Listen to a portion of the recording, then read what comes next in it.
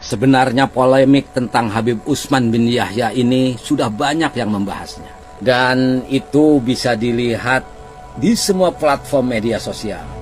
Namun rupanya banyak netizen yang masih penasaran sehingga lewat kolom komentar maupun lewat chat pribadi meminta saya untuk menceritakannya lagi. Ini karena ada kata-kata napik boten ya, yang artinya harus, ini di atas. Maka saya akan mencoba menceritakannya. Tetapi biar nggak bosan dengernya, saya akan menceritakannya dari perspektif yang berbeda ya.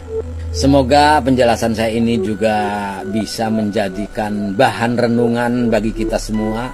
Sebab bukan hanya Habib Utsman bin Yahya saja yang mempunyai keinginan agar kapasitasnya diakui oleh penguasa atau sebut saja ingin diakui oleh pemerintah, karena sebagian besar dari kita juga punya keinginan seperti itu seandainya ada peluang.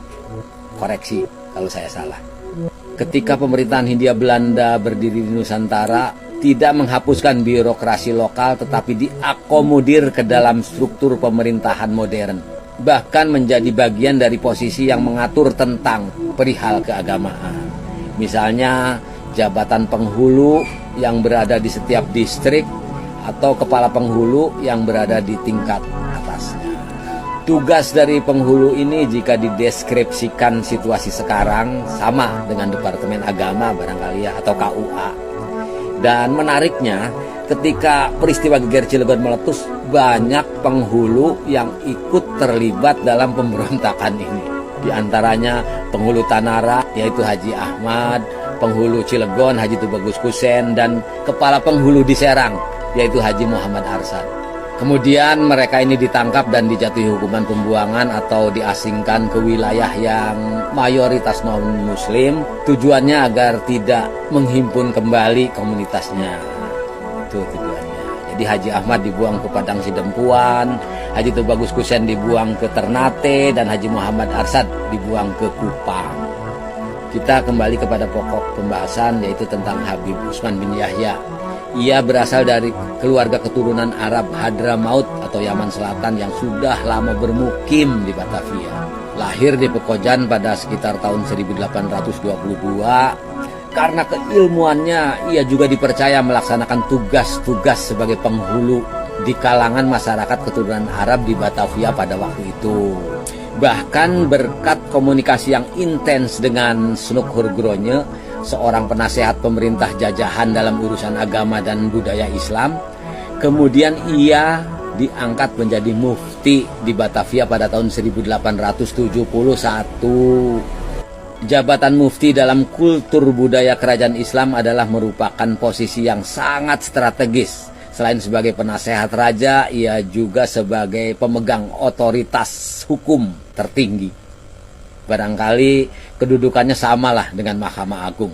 Dan menariknya, dalam struktur pemerintahan modern di Hindia Belanda justru ada jabatan mufti. Sekalipun memang jabatan ini tidak bertahan lama ya. Karena setelah Habib Utsman bin Yahya diangkat sebagai mufti yang pertama dan sekaligus ia juga sebagai mufti yang terakhir. Sebab setelah ia meninggal tidak ada lagi jabatan mufti di pemerintahan Hindia Belanda dan tugas yang berkaitan dengan urusan agama berada di tangan para penghulu. Mungkin perlu saya jelaskan juga ya, kenapa pemerintah Hindia Belanda tetap mempertahankan jabatan penghulu bahkan sampai mengangkat mufti. Sebenarnya itu hanyalah sebuah strategi pemerintah kolonial. Pengangkatan mufti ini menimbulkan kesan bahwa pemerintah kolonial menghormati Islam. Padahal secara terselubung tujuan yang sebenarnya hanyalah untuk mendapatkan legitimasi di mata umat Islam dan sekaligus sebagai alat kontrol pemerintah terhadap perlawanan dari umat Islam. Dan tidak lama setelah pengangkatan mufti Batavia itu, kemudian ajaran tarekat mulai berkembang pesat di Batavia, yaitu tarekat Naksabandiyah dan tarekat Satariyah itu berkembang di Batavia. Hal inilah yang membuat Habib Utsman bin Yahya merasa khawatir karena berkembangnya tarekat itu dibawa oleh orang-orang yang kembali dari Tanah Suci, sehingga ia mengkhawatirkan bahwa pengaruh pan-Islamisme akan berkembang juga di Batavia. Oleh karenanya, ia pun segera mengeluarkan fatwa haram bagi perkumpulan tarekat Naqsabandiyah dan Satariyah. Mungkin perlu saya jelaskan bahwa tarekat yang berkembang pada saat itu sangat beragam, bermacam-macam bergantung kepada siapa dan di mana yang menyebarkannya. Misalnya kalau di Banten itu yang dominan adalah tarekat Qadiriyah, sedangkan di Priangan itu tarekat Naqsabandiyah. Jawa Tengah, Sumatera Barat, dan Batavia itu berkembang tarekat Satariyah dan Naqsabandiyah ya. Ini contoh secara umum ya. Pertanyaannya, kenapa di Banten itu mayoritas penganut tarekat Qadiriyah? Karena tarekat Qadiriyah itu memang dibawa oleh orang Banten yang bernama Haji Abdul Karim awalnya. Dan luar biasanya, berkembang pesatnya tarekat Qadiriyah di Banten ini justru tidak menimbulkan kekhawatiran bagi para pejabat pemerintah.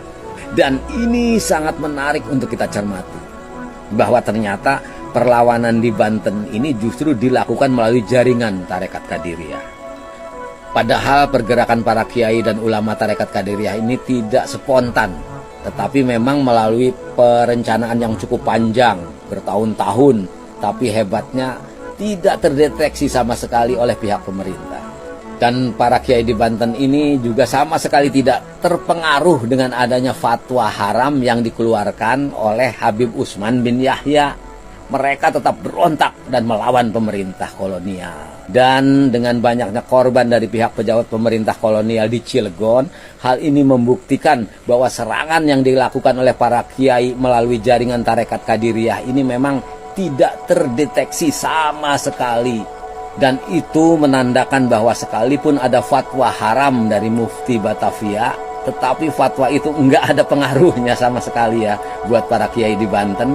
Dan pemberontakan yang dianggap haram itu telah pecah pada hari Senin tanggal 9 Juli tahun 1888. Karena jabatan Mufti itu tidak dianggap memberikan kontribusi apa-apa bagi pemerintah kolonial, bahwa pemberontakan tetap saja berjalan dan terjadi, maka akhirnya jabatan itu pun dihapuskan lagi. Yang menarik dalam pengamatan saya nih ya, sejak kapan ada dua aliran tarekat yang bersatu ya? Saya amati sekarang nih ada aliran tarekat Qadiriyah wa Naqsabandiyah. Karena kedua tarekat ini kan berbeda, yang masing-masing punya fanatisme berbeda, tetapi ini ada bergabung. Cuma saya belum menemukan mulai kapan ya.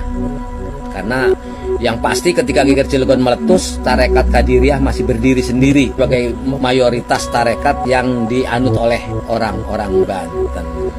Tapi dengan adanya penggabungan dua tarekat yang berbeda aliran ini, semoga ini menjadi pertanda baik ke depannya yang mencerminkan bahwa mulai terjadi persatuan dari berbagai aliran ke depannya, bahwa semua aliran itu akan bergabung menjadi satu, melambangkan bahwa Islam itu satu, sehingga tidak terjadi lagi pertentangan satu dengan yang lainnya. Semoga saja.